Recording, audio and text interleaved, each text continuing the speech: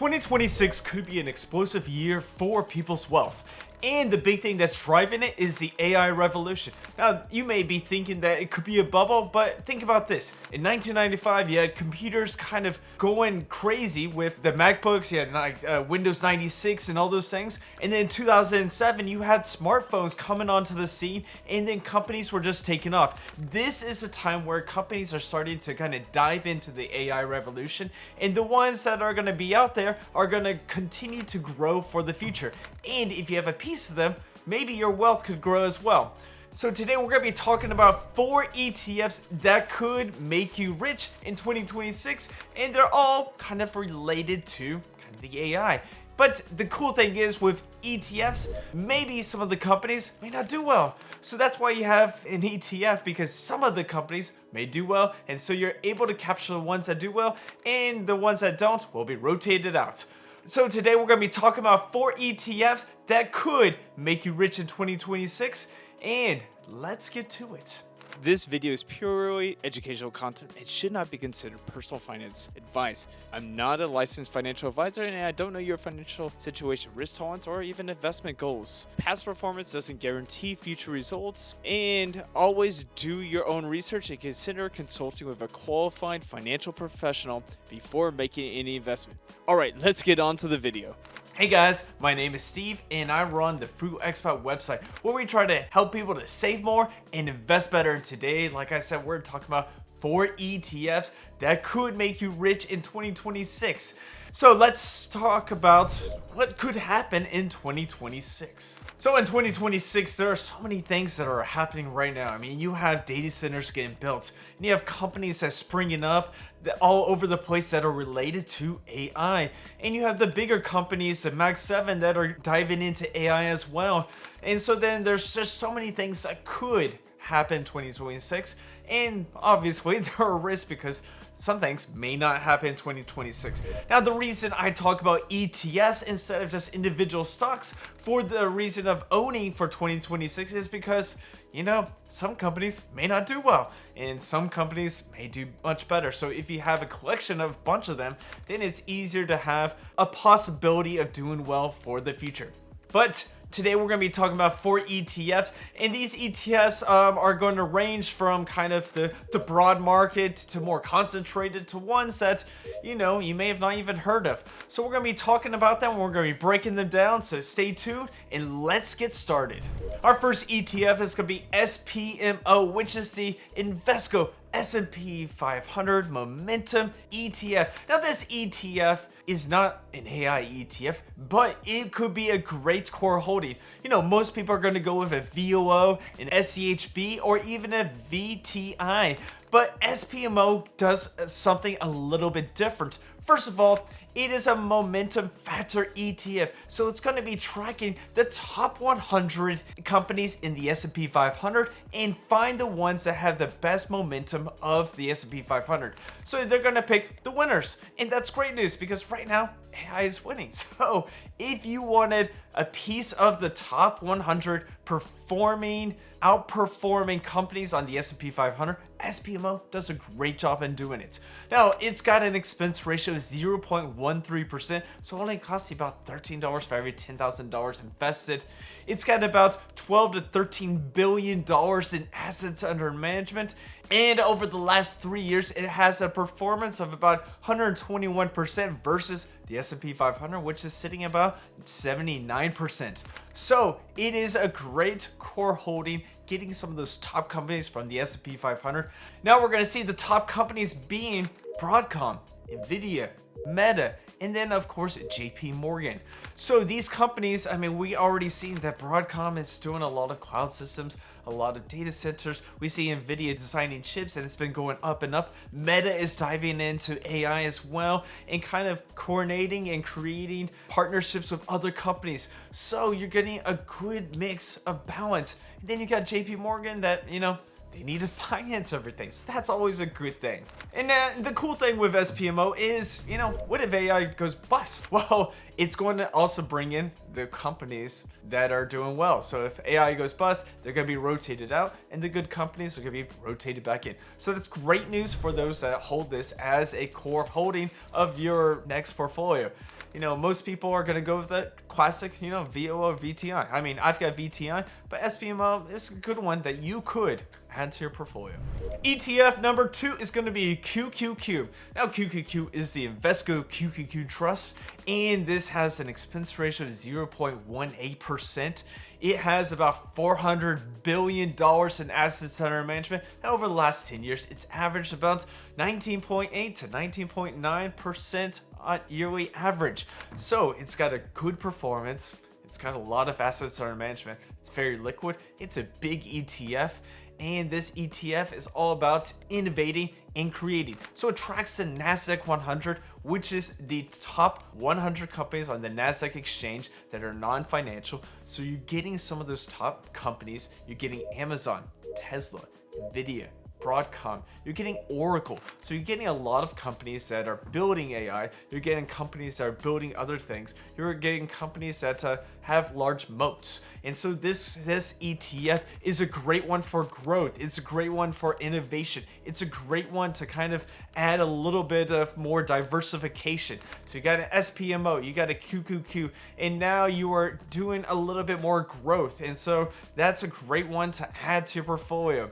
Now, it's got some of the top holdings, like I said, are Nvidia, Meta, Microsoft, and Apple. And these companies continue to create, continue to innovate, and continue to be some of the top companies in the world. And so you're getting these pieces, and as other companies are building and growing, they'll be moved into the top 10. They'll be moved into these companies. You've got companies like Iron and Imbis that's creating data centers. You've got companies that are just creating and being a part of this. AMD is kind of competing with Nvidia, and that's kind of booming up as well.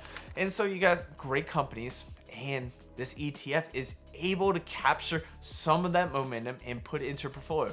Now, like I said before with SPMO, when companies kind of fail out, you'll bring new companies in. And that's a great part of having an ETF versus just kind of stock picking. You can let the ETF do its job, and you can just continue to invest for the long term. Now, if you really want to see some great things about QQQ, it captured about 90% of those gains from the computer boom from the 1995 to 2000. It hasn't been around since 1995, but it captured a lot of those gains. And then it captured about 85% of the gains from the 2007 to 2012 with communications and kind of the mobile boom with like Apple and Google and all these other companies creating, cell phones. And so this is a great place, a great piece that you can add to your portfolio that can capture some of this AI boom. Alright, if you like this video, make sure to hit that like button, subscribe, and if you're looking for a great place to track your portfolio, see how your performance is doing, one place I always suggest and I like is Snowball Analytics. I've been using Snowball Analytics since February 2025, and since then I have been able to track my portfolio. I have been able to see how it does against the S&P 500. I've been able to research even more ETFs and seeing what the performance is, seeing what are in these ETFs, and the cool part is I can see it from my computer, I can see it from my phone, and there's also free versions. So you can sign up with my link in the pinned comments or in the description, or use the promo code, the Frugal Expats. There is a free version. There's obviously a paid version. If you click the link, there is a discount for the paid version. So if you use my link, use my promo code. Now, just to let you guys know, this is an affiliate link, so I will get a small commission for this, but it helps support the channel. And like I said, it's a discounted link, so just use it. And if you don't, use the free version. It's always a good thing to kind of start off free and see if you like it, and maybe you don't, and that's always a good thing. All right, that's just something I use to try my portfolio. All right, let's get back to the video. ETF number 3 is going to be SMH. SMH is the FANUC Semiconductor ETF, and this one is all about the infrastructure of kind of AI and technology altogether.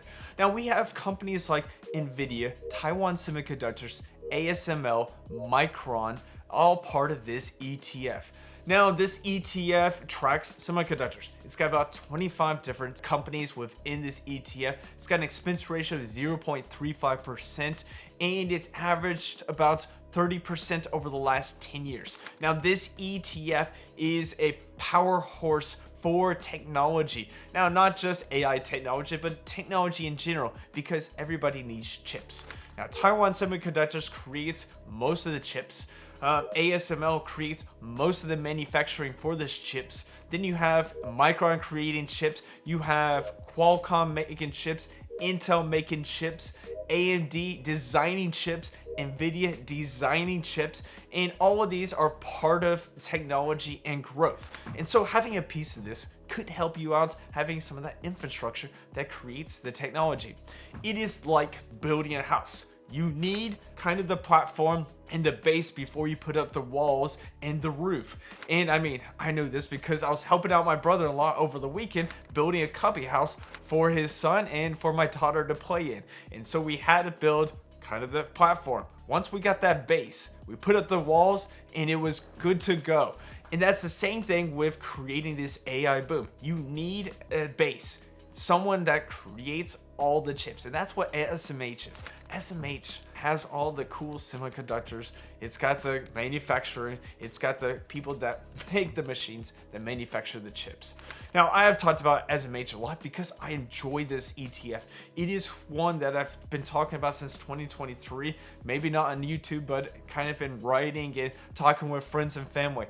So if you want to have a piece of this, you know, it's not always going to do well. It's very volatile. And so you're still going to get a good ETF for the long term, and this could be one that could do really well in 2026. Our last ETF is going to be CHAT, which is the Roundhill Generative AI and Technology ETF. This ETF is a little bit newer on the scene. It's only got about $1 billion in assets under management. It's got an expense ratio of 0.75%, which is kind of high, kind of in my heart. I'm like, oh, it's a little high expense ratio.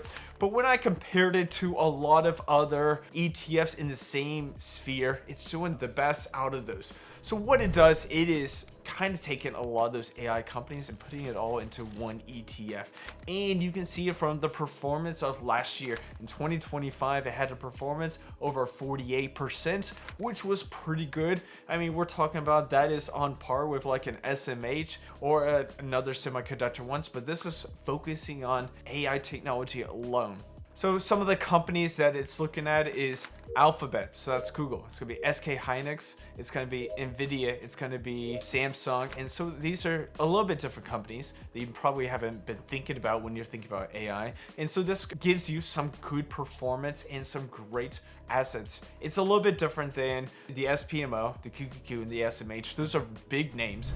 CHAT is kind of a smaller name, and it's kind of building a little bit of momentum on popularity. This ETF is focused on 4 main parts for AI, which is foundational, AI application, specialized AI hardware, and AI software infrastructure. So you're talking about with the foundation, you got Nvidia, Alphabet, Amazon. With AI application, you've got Adobe, you've got Salesforce. With specialized hardware, you've got AMD and Broadcom. And with AI software infrastructure, you got like Snowflake, and you've got Databricks. So you have different companies that are part of this ETF, and some that you probably have never heard of. And that's a good thing because, you know, most people probably haven't even heard of this ETF. Now, chat's a little bit different. It focuses primarily on companies that are into the AI innovation. Now, this could be a core if you're looking for a core just for like a AI part of it, but it's quite risky because what if AI bubble bursts? Well, this could also burst as well. So if you're looking for an ETF that tracks about 40 to 50 different AI innovating companies, chat could be the one that you could add to your portfolio.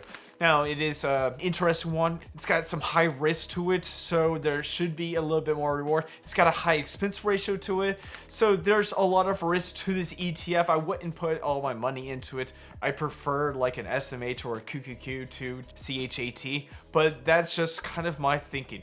And so this could be a good one that could make you rich in the future, but I'm not saying it will because it may not.